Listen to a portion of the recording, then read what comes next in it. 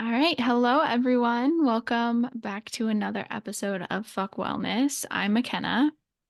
Hi, Mallory. And I'm Laura. Wow, switching it up on our order. Also, guys, we nailed that. I feel like we've been struggling, and that was great. That was like a smooth NPR introduction, Yeah. truly. How are we doing today, guys? I'm okay. I'm feeling quite weary. Would you care to expand? I was telling McKenna before we started recording that Ryan is going home to Boston for Easter this weekend, and I'm feeling pre-lonely. Like he's still here. He hasn't left yet.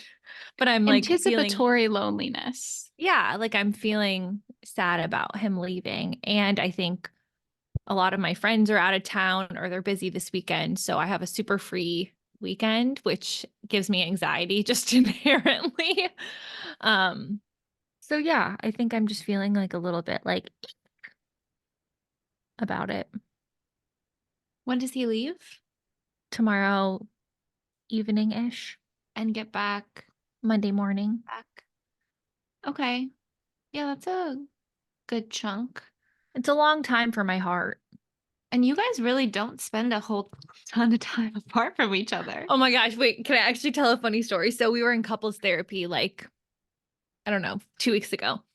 And our couples therapist, which is our new one, like has kind of these steps that you have to take in order to like move through couples therapy.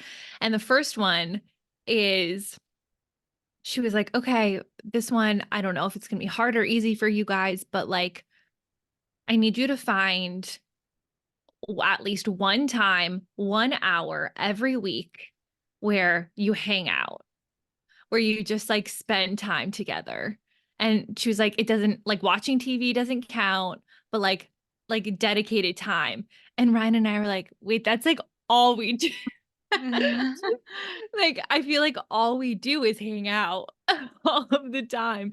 And so anyway, we were laughing about it with her because she was like, well, then maybe we want to have the opposite goal of maybe you guys need to spend less time together. That's what I She's like, thought you were gonna I've never had that be a problem.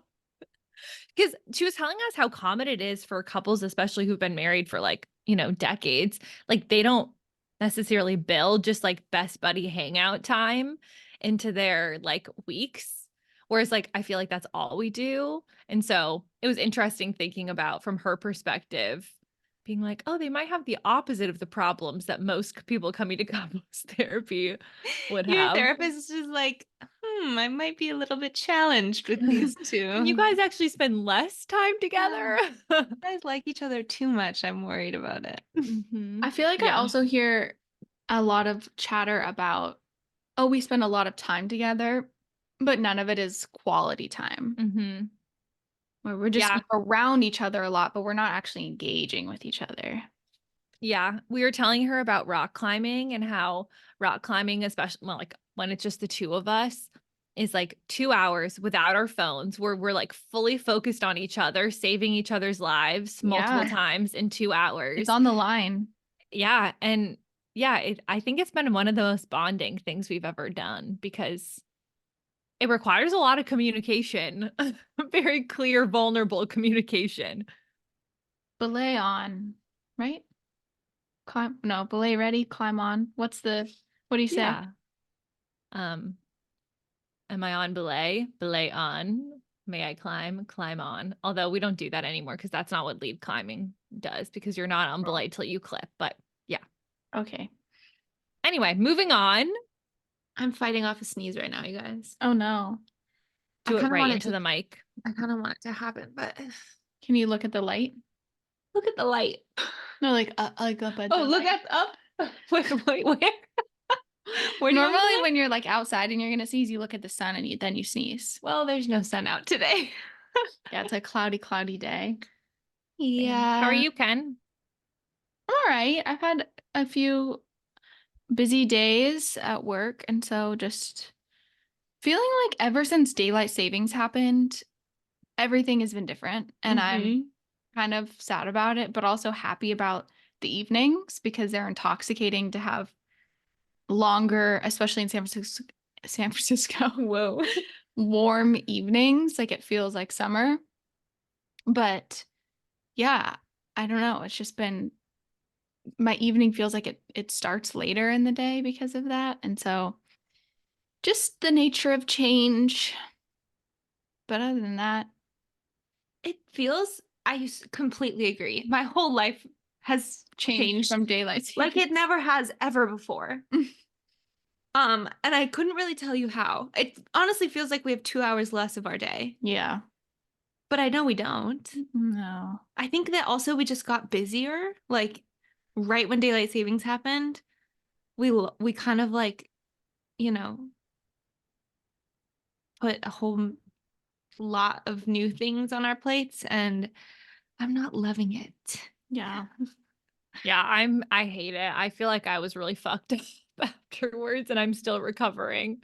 Also, because you and Mima are such morning people. Oh, And I was like getting up yeah. like literally an hour and a half earlier. And then daylight savings hit. And it was like, just kidding. You're going to wake up late now. Not late, but later Yeah. than I would like. No, so I walked to the metro at 6:50 a.m. in the morning, and before it was like light at that time, and now it's like it's not until I get off the metro at Foggy that like it's truly light out. Yeah. It's so weird. Yeah. Still fighting a sneeze. Still fighting it. Oh, it's really giving me a run for my money. I'm like sweating. Yeah. I also like just throughout this week of opening, like I really like to go outside of the store just in different parts of the sunrise to be like, oh yeah, I'm like here and the sun is rising. Like I feel like it's good for me to also wake up to feel a little bit of that sunlight when it starts to come.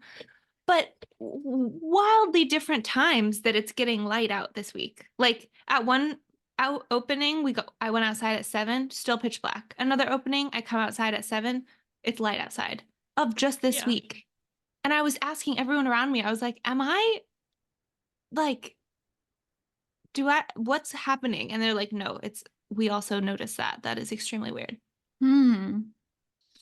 But we'll have to consult Mother Nature.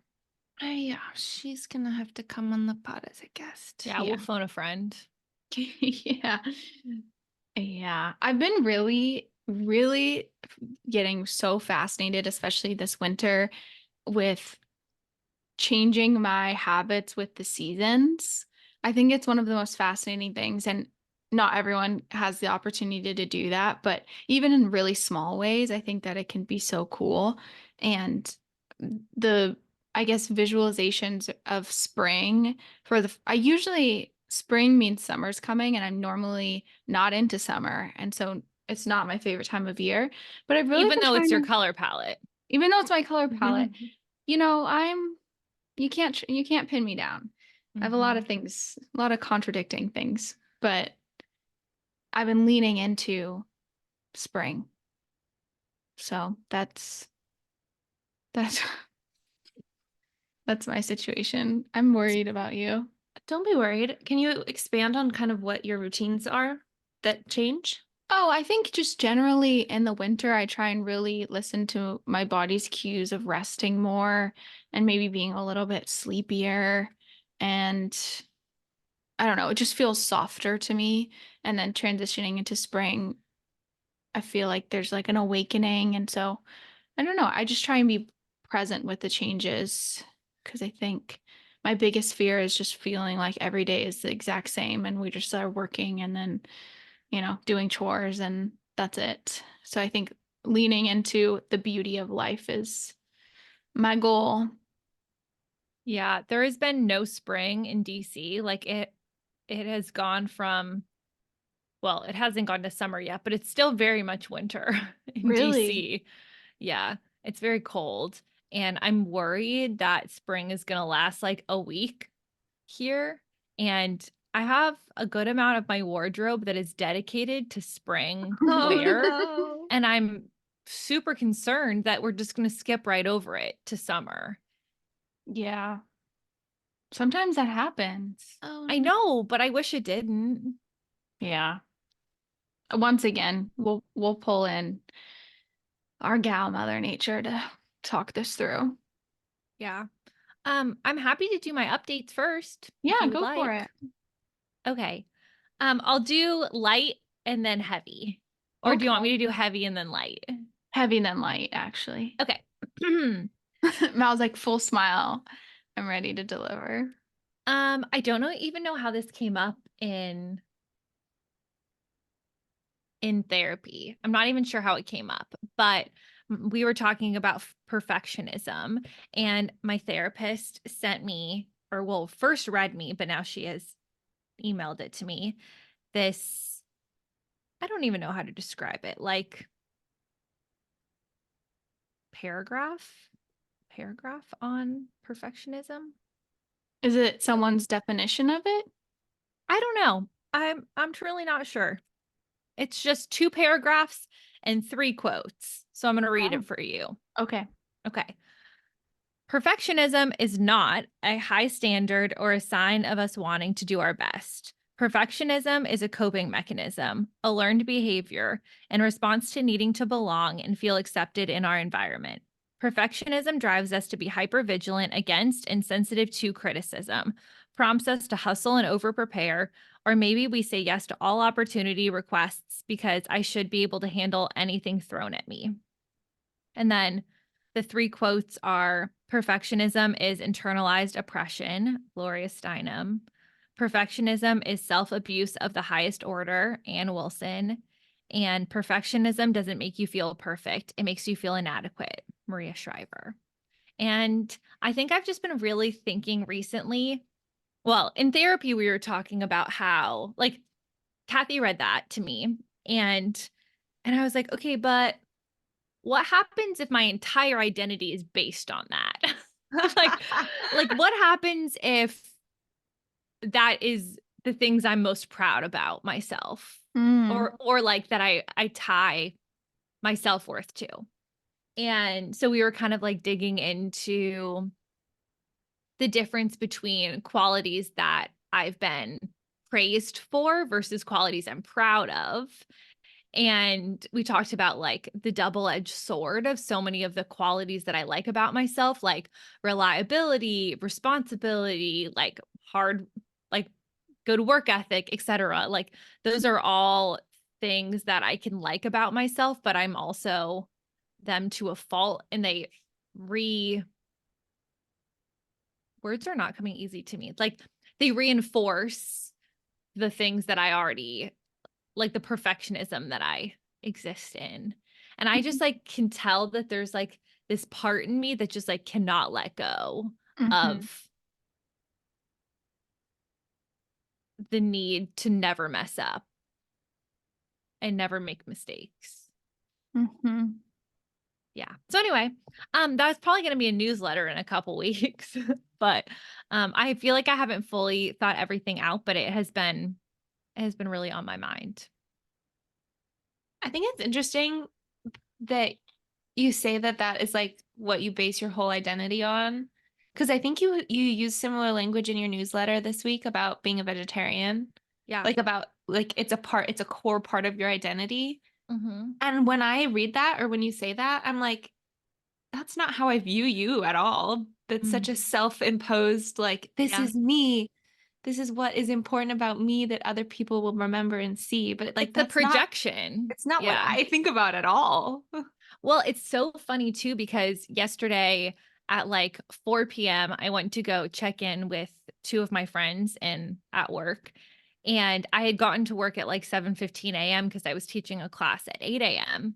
And I was like, okay, I'm gonna head out, like, because I got here at 7 a.m. And they're like, wait, why are you still here at 4? Like, you should have left, earlier. You don't need to work 9 hours, blah, blah, blah. And I was like, well, I got here at 7. I like kind of I made it into like a whole like moral superiority thing a little bit, Mhm. where I was like, oh, I just work so hard and I'm Mhm. so busy, blah, blah, blah. And I literally walked back down to my office, and then I immediately sent them a voice memo being like, wow, I actually really unpacked that on the way down. don't. And I feel like that's such a good example of like, why did I feel the need to justify to them why I was leaving work, quote unquote, an hour early? Like, they Mhm. didn't care. They weren't like, oh, I wonder why Mallory's leaving. Like, no one else was thinking that, but I was like so deeply insecure that they would judge me or make like not believe me that I was like, I have to convince them that this is why. So I think it is so much of like how, and I think vegetarianism is a part of it too, where like, I think it's a really easy moral thing to project and feel like you're better than everyone else about it, even if it's not true, obviously. Mal, with that part that you mentioned, have you kind of invited that part of yourself in conversation at all? Um, a bit. I would say this week was the first time that we really acknowledged that we were there, that she was Yeah. there. So I Yeah. think that will be a work in progress. Yeah. It's interesting because all of the things that you read are so true. Like those are all really excerpts or pieces of writing that I agree with. But it's interesting how we can come from 100,000 different directions for kind of one part of ourselves that just Mhm. probably has something really quite simple to say. And we use all this additional language to help us understand that Yeah. part. And it's just so funny because it's not funny, haha, but those five things. And then I've heard five things about perfectionism. And it's like we have now expanded this bubble so much. And I don't know, I think so many times it comes down to core feelings. Mhm. And it's just interesting the path that we take to get there. Like those made sense in your head, right? And with your Mhm. therapist or a way to connect on it to lead you deeper into the conversation of, oh, this part of me is here and present. Yeah, we talked a lot about like what it would feel to just be good enough, Hmm. which made me quite a bit nauseous. And but yeah, I think that the definitions are all just like the power that we put into them, you know. Yeah. Because I think to me there was language in there that did help me understand like how my perfectionism shows up in my day-to-day life, and that was validating. But that doesn't mean that applies to everyone, you know. Yeah. Yeah. It's funny too because I had a conversation with you this weekend where I was talking to you about sobriety. And it was so interesting because you could pick up on it right away of, oh, McKenna's like using these rules or using these expectations. And then I told you, I said, yeah, you're right. And now I'm really noticing right away that this is just another way that I'm not trusting myself in this relationship with a substance. And it's funny because that can be applied to like everything, right? Mhm. It's, I don't know, perfectionism lives through that too of, oh, if I, can I trust myself without this part of me trying to manage me? Can I trust myself to just be in my self energy, right? Or what does this part feel like it needs to be providing me?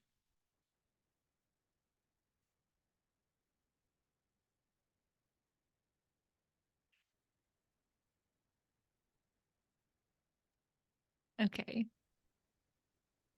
Yeah. I think that's so true, and I honestly don't even know like where I would be without the guardrails of perfectionism. Yeah. Wait, can you expand more on what the guardrails are? You saying that to say that I am McKenna and I am sober, those are like guardrails of perfection that you're putting in your life, or what do you mean? Like in a way, I more mean that like I'm less likely to try things that are risky because like the guardrails are always keeping me safe inside of what I know I can't fail at. Yeah, sorry, I meant McKenna. What Oh, what were Oh, you with talking my, about? sorry. oh, my, oh, just basically Sorry that for just mansplaining that to you again. So no, it's most because it's if I put external rules on, oh, well, you have to be sober for all of 2024, it is just like, what is the root of that desire? And it wasn't, oh, I really truly have the desire to not drink. It's that if I put this rule, I have to follow it. And then if I'm in Mm. situations where there's alcohol, I just say, well, I have a rule. I have a rule here. And I don't have to connect with myself to feel what I actually want in that moment. It's just another way of, yeah, not to, for me personally, not trusting myself. Obviously, everyone's situation is different. And this is like a highly personal choice, especially with substances, but you could apply that to all things, really. Got it.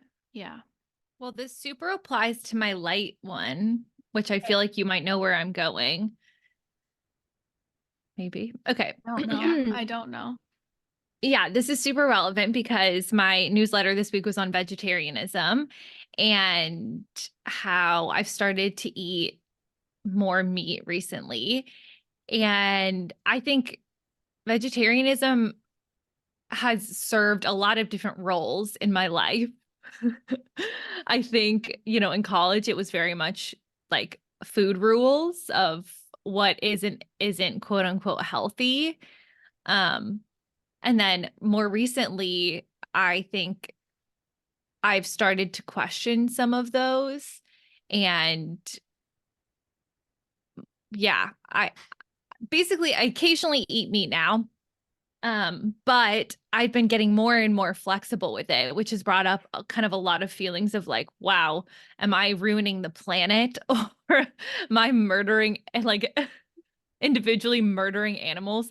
Like these are the intrusive thoughts that I have when I do that.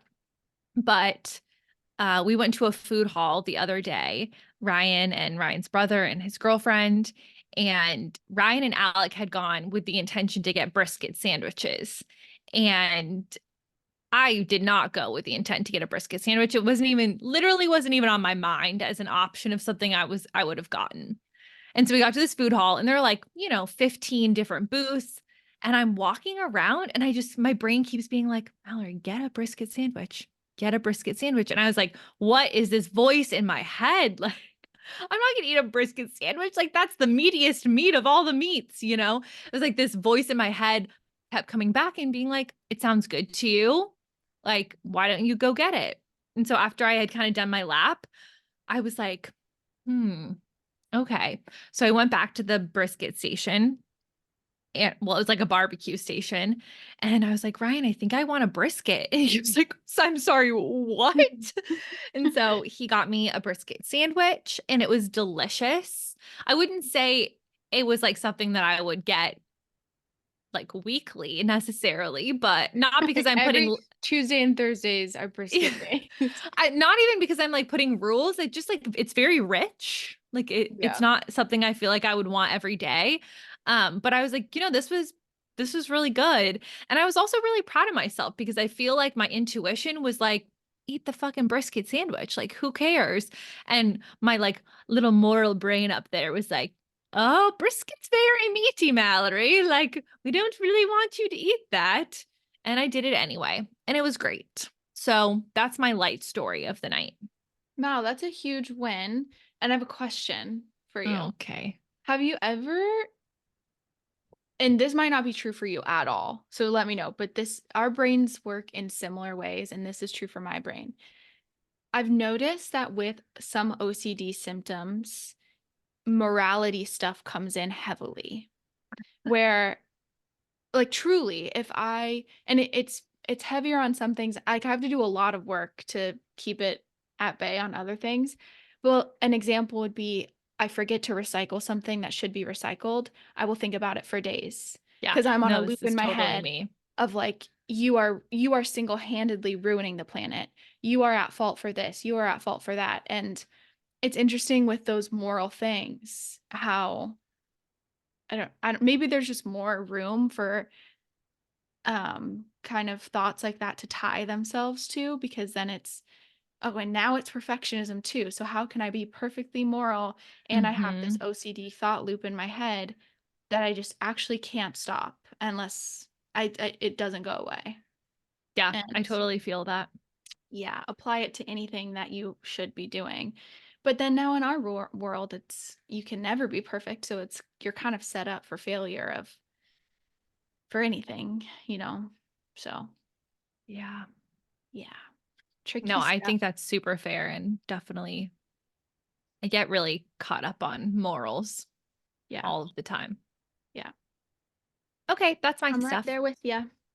I can just imagine you walking up to Ryan in a food hall being like, "Can I have some brisket?" And him being like, "Initiate safety questions." Mallory, what would you text me if we were both? You know how you guys have that safety question? Yeah, I literally I told my mom and Lee afterwards that I had gotten a brisket sandwich, and when I was little, they used to say like call 911. It's an emergency if I ever did something like out of the realm of like normalness or like call the media, you know? And so when I told them that, they were like, "Are you sick? Are you ill? Do we need to call the hospital?" So, they thought it was very funny and dramatic. Well, there you go. Cheers. Cheers. Nom nom. Nom nom nom. That sounds good. What is? Can you drop the name of the food hall? Yeah. Oh, like in the chat or say it? No, just like say it. I was like, yeah, "Oh, I'll are you text it to you guys curious?" You right just like now. want Drop it in the Zoom chat, Mal. Go ahead and type that baby out. I was sort of like, I mean, this is a podcast, but fine. Yeah, it's the Ballston Corridor Mall. So in Ballston, Arlington, Virginia, 22203. Nice. Wow. Yeah. And it's called Hal and Al's because it's halal. The whole or no, where you got the brisket is called Yes. that. Got it. Yeah. For our Arlington area Which we listeners, know is about a third. So yeah, go enjoy this. we're pretty heavy in that neck of the woods. Mm-hmm. Well, Laura and I have some updates. We went to see our girl Anna Prizzi I want to hear literally everything. live and in Oh, person. it was so amazing. It was really great. She is awesome. Yeah. We got to hang out with her for a little bit after, and we met her husband. Oh my God. A gem. They're just Is both is he 10 out of 10. exactly how you imagined him or different Yes. or Yes. Okay. Exactly. Yes. And our hearts were so happy because after the show, we went into Andy was doing the merch area and we went in over there to say hi. And Laura was like, "We're the podcast girls." And Andy's like, "Oh, fuck wellness, right?" And we're like, "Yeah." screaming? Oh I my know. It was gosh. so cute. And yeah, he's just a gem. He likes to fish. Laura and him bonded over that because she was wearing a fish hat. Yeah. I'm a wannabe. Like, is Yeah. Laura a big fisher? I want to look like I'm a fisher, guys. Yeah. That's Yeah. about it. That's a vibe, yeah. And yeah, the live show was great.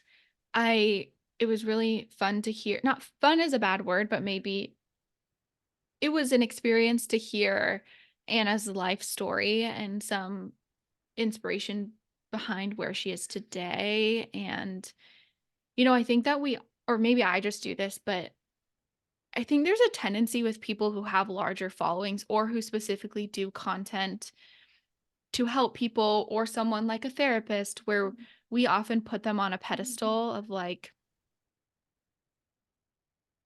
is it Fitzy? Is there a ghost in your apartment? No, he was just throwing up. He's fine. Oh, What? He just drinks his water really fast and then he Okay. throws it back up. Yeah. Okay. We're good. All right.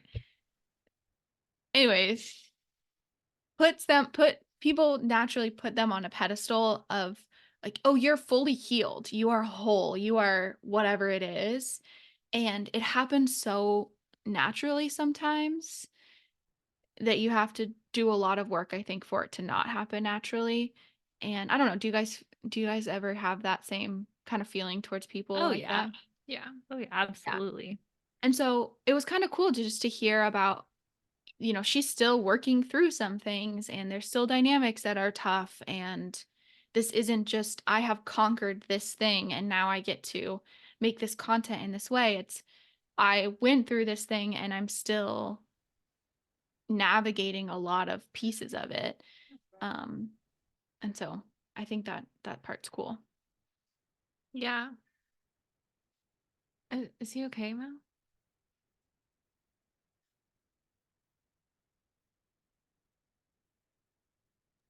Yeah, he's fine. He had picked up his bowl and was hitting it against the wall. What? I'm stressed. What happened? Started taking stuff out of the recycling. He started taking things out of the Like a recycling. little demon. Yeah, he heard McKenna's comment about recycling non-recyclables. Yeah. And he had to go sort through y'all. And as a conservative, no, he knew he could not recycle any of it. Yeah, Oh, is he a that. conservative? They? You're acting like I know. Joe Rogan. Yeah, What? he's like a Joe Rogan, Ben Shapiro. If they were a dog, that's Fitz. Okay. Yeah. That's concerning.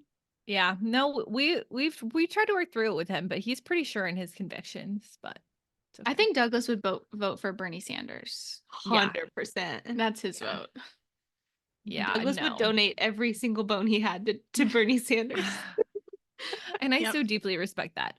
Okay, back to Anna Prizzi. Any like favorite jokes or comments or I feel like I don't want to air her show because I think she likes to keep it kind of private to the. okay, any concepts that you can share that you think it would be relevant from our podcast that like Wait, she did. She like ever so subtly gave us a shout out because we were like sitting kind of like center stage, not front row, but like pretty like in the middle towards the front. And I didn't know that she had seen us. Like I thought she was just kind of doing her show, whatever. You can never tell how much of the audience like people can see. And she is talking about something and then she looks at us and goes, and I think I had talked to you two that week because I had been on some podcasts and we're both like, huh, famous, Yeah.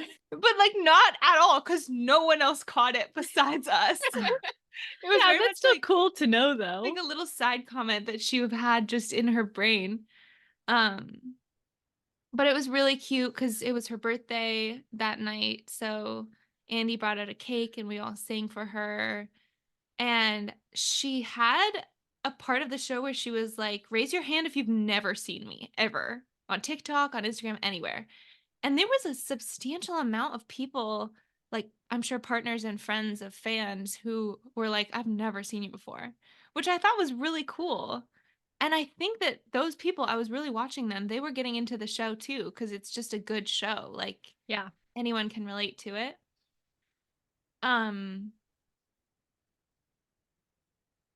Yeah, I don't want to say anything specific, but it was just super cool to witness someone doing something that is very scary. I think sometimes I can go to comedy shows and other performances and it's kind of like these people are doing a super amazing brave thing, but they are so confident that it's not even phasing them.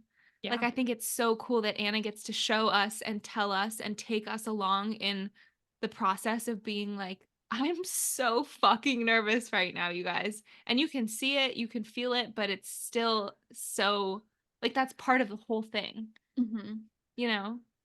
Yeah. Yeah. I know she had talked about like by the end of the show, she feels like she's kind of calmed down. Did you feel that? Like she kind of I don't know, caught up with herself throughout it?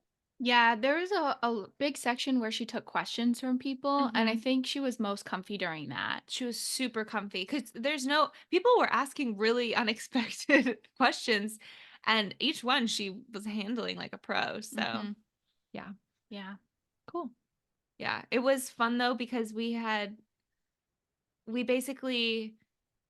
just general admission. We didn't have meet and greet ticket passes or wristbands or whatever. And after the end of the show, they kind of said, everyone who doesn't have meet and greet, get out. Get out now because there's going to be a meet and greet. And obviously, Anna's really exhausted. Like, let's let her get going. And so we just go up and we wanted to just say quickly, like, hi and give her some flowers and stuff. And then she had us wait until everyone else was gone. And we got just to have some like one-on-one time with Anna and then one-on-one, like, of just like McKenna, me, Andy, and Anna. And I just was really like, you know, McKenna's not my woman, but I felt like it was very much like just two couples like hanging out. They felt like they were our friends. Like we Yeah. would hang out with them. We hung out with them regularly. No, it felt really, I wanted to hang out, but also I was like, y'all are so tired. Yeah, You get to need to bed. go to sleep. I'm so envious. That sounds lovely. I think you would have really liked the show, of course, but I also think found a lot of nuggets from the show that you Yeah, I'm could sure. relate to, Mal. I'm Yeah. sure. Yeah. The funniest part, I think it's okay to say this, is that some of the parts of her story are pretty sad, but she basically told the audience not to say "oh" or anything of that sort. And so she just had everyone be like, if you say that instead, you're supposed to go ha ha ha, kind of joking. And so a few times it happened where people would be like, oh, and she'd be like, no, and like call people out. And I think that was silly and lightened it a bit. Yeah, that's I- good. I like that. I was at work today though, and I did that. Like I was in the break room and someone said something and I go, ha ha ha. And someone looks at me, my friend is like, are you okay, Laura? Like he was like, are you high right now? I was like, no, I just sorry, I'm somewhere else. Oh my god, Yeah. that's funny. Yeah. The other show that we went to, well, big news. You heard it here, folks. Heard it here first, folks. Laura and I are AMC A-list members now, Mm-hmm.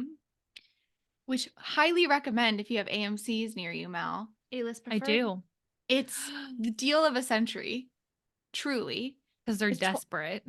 because they're desperate. They're and so fucking desperate. the first month was 99 cents, and you get 3 free movies a week. That's way too many movies. Way too many movies. I think we can commit to 2 a month. Yeah, I'm like max 2 a month. Yeah. Yeah. Yeah. But we used our first one to go see Love Lies Bleeding with Kristen Stewart and Katie O'Brien. And what'd you think? 10 out of 10 for us. We're still struggling. Mal, you would hate it if you don't I will like never gory see it. things. I wouldn't watch it. But if you can get over the gory things for My nipples just got hard. yeah, if you Sorry, can, that's a little X-rated, but that's honestly how I'm feeling right and now. that's the review. Thinking about that show. Yeah, I don't really like supporting queer media, so I think I'm gonna That pass. makes sense as That tracks. a hardcore conservative. Yeah, Fitz has been getting To to be you, huh? clear, yeah, Fitz is the conservative. If we were going Ryan, Mallory, Fitz, like Fitz is on one end, Mallory's on the other. Ryan's closer to Mallory. Yeah, you're a Kinsey 5. Wow. Well, and those Would are you all see it our- again? Yeah. Yeah, I would see it again. I could have done without some of the gore, I think. It was a really, what's the like visual, it made you feel visceral feelings. Yes. From obviously hot, there was hot stuff that made you feel visceral feelings, but then there was also scary stuff where I was Mhm. like, the way that this was portrayed is making my body shiver. I Yeah. don't like it. So that was interesting. Because I think it was just so real. Who is the director? I'm not sure. I think because I've seen basic Rose Glass is the director. And I've seen really every single video there is to see for the press tour of this movie. And Kristen is just like back and forth always talking about how Rose is kind of like I don't mean in this in like a negative sense, but has a sick mind, like is really able to be like Mm.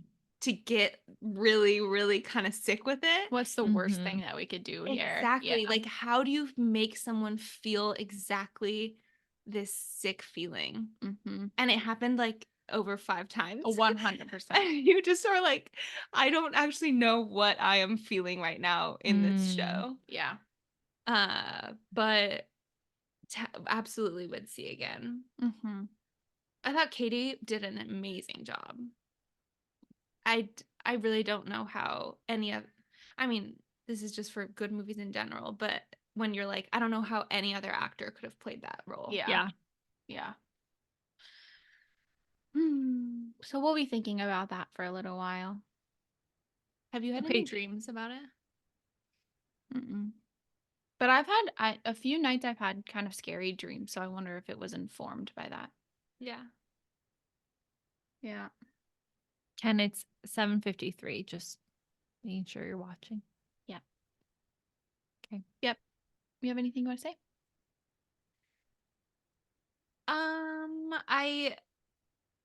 I went into Sephora today to talk to someone about my pink hair dreams. Well, I went in to just smell some nice things. And then one of the people who was working there had beautiful pink hair. And so we got to chatting. And she told me all about her pink hair journey, like, what it takes to have pink hair. And she low key kind of scared me. Really? Yeah. So I'm pretty sure I still really want to go hot pink eventually. We're thinking hot pink. Oh, yeah. Oh. Think about the Are we color of my talking desk. like, are we thinking about like whole head? Yes. Have you guys seen Florence Given on Instagram? I think I showed you Florence. Maybe, I don't know. Yeah. Let me look. Anyone who's listening right now and wanting a reference for what my dream hair is, it's Florence Given's hair. I've had that girlie's hair tutorial saved since she did it, maybe 2 years ago. And I just haven't. One, I had jobs where I wasn't allowed to have non, I guess normal hair colors, but what does that even mean? And then I just got scared that I wouldn't get hired someplace if I had really bright pink, hot pink hair. But I'm trying to live a little, I guess you could say. Yeah, I like hers. Thank you. Can you flash the screen? Okay, yeah, love. So that's much more muted than what I'm talking about. Okay. Okay. I think well, I think over the thing it just came off exactly like that. Wow, okay. She is so yeah, I think that looks pretty good. yeah. So that's what I'm thinking about right now. Two things that I just thought about while we were just doing a Cara Duvall range class, sponsored, not sponsored, but we're gonna talk about it until we are, maybe. Hashtag not an ad. Yeah, not an ad. Is Cara was talking about how things. I think she was mostly just talking about it in terms of the movement that we were doing. We were doing a balancing on one leg movement with arms kind of waving around to just kind of pull you off balance and pull you off center. But I just was kind of like, Laura, that kind of applies to your life right now in that things are waving around, changing, challenging you and tempting you to pull off your center. And I'm really trying to just stay strong and, know myself. And maybe myself has pink hair, maybe not. We'll see. I really hope she does. What can I ask what elements of it intimidated you from what the person told you? About the pink hair. Yeah. Just that she said, I basically showed her Florence, and she said, in order to get that vibrancy, you would have to really bleach your hair. And I said, I don't know if I want to do that. So you'd bleach it and then you dye it pink. And then I you got dye it it. pink. And Bella has taught me about this, but basically there's permanent dye, there's demi dye, and then there's, a hair shampoo or conditioner dye. The shampoo/conditioner version kind of is advertised as something that you can put into your hair for a short amount of time and then it'll wash out. But my gal Lauren at Sephora said oftentimes those shampoo conditioner dyes, they advertise that they come out much easier than they do. So I might, put this shampoo in my hair, have the vibrancy be gone pretty fast, but then still have kind of a pink tint to my hair for a really, really freaking long time. So she was kind of like, if you just do a demi dye, you'll keep the vibrancy going longer, but make sure you want to commit to this because you will probably have to dye your hair back to a blondish, brownish color when you're done with it, and then have the grow out process be complete. Which kind of when she was saying that, I was like, I still want to do it. Like I'm still into it, but I just have to I think I just have to think about that process because before I was kind of like, oh, McKenna's just gonna dye my hair. Like just a shampoo dye that she's gonna put on my hair in the tub. But now I'm like, oh, if I have to lighten my hair, that's gonna be a process. Mm-hmm. I'm It will be saying, a process. And I have no idea what that would entail, but I can foresee it being a process. it would be more than I am willing thinking. to have me do. Exactly. Yeah, I get that. Exactly. Out of our That's a wise choice. yeah, I have other Out of your choices. scope of practice. exactly. I depend on you for so many other things. Yeah. But bleaching my head will not be it. I would really not enjoy doing that. So, yeah, any other questions about that? No, I'll be curious for your updates. Yeah, I will keep you updated. Another thing that Kara said in class today that she wasn't really saying to the audience so that they would have a deep internalization of those words, but I took them in that Mhm. direction, is I think she was just talking about how people get really into the body being really strong. Like the muscles are kind of the stars of the show when we think about movement, but just a lot of range in general is about feeding the joints and the all the other parts of the body. And she just was talking about how we glorify strength so much in all people, and when you show strength you get really big kudos. And I think I was just like, Laura, how can we take this and apply it to your situation right now? And I think I tend to, like, when I'm in rough spots, really try and like shoulder into it with my strength. And I'm trying really hard to just kind of like lay back and be like, what does it look like to be so not strong right now and to be scared, hurt, angry, sad, all the things, like not strong, like trying really hard to not be strong. So, This is giving me Brene Brown. really? Yeah. Does she talk a lot about that? Yeah, I feel like that's sort of like one of her like three main mottos. Is another one about perfectionism? Well, like the one that I'm thinking about is that everyone assumes that courage and vulnerability are opposites when really they're the same thing.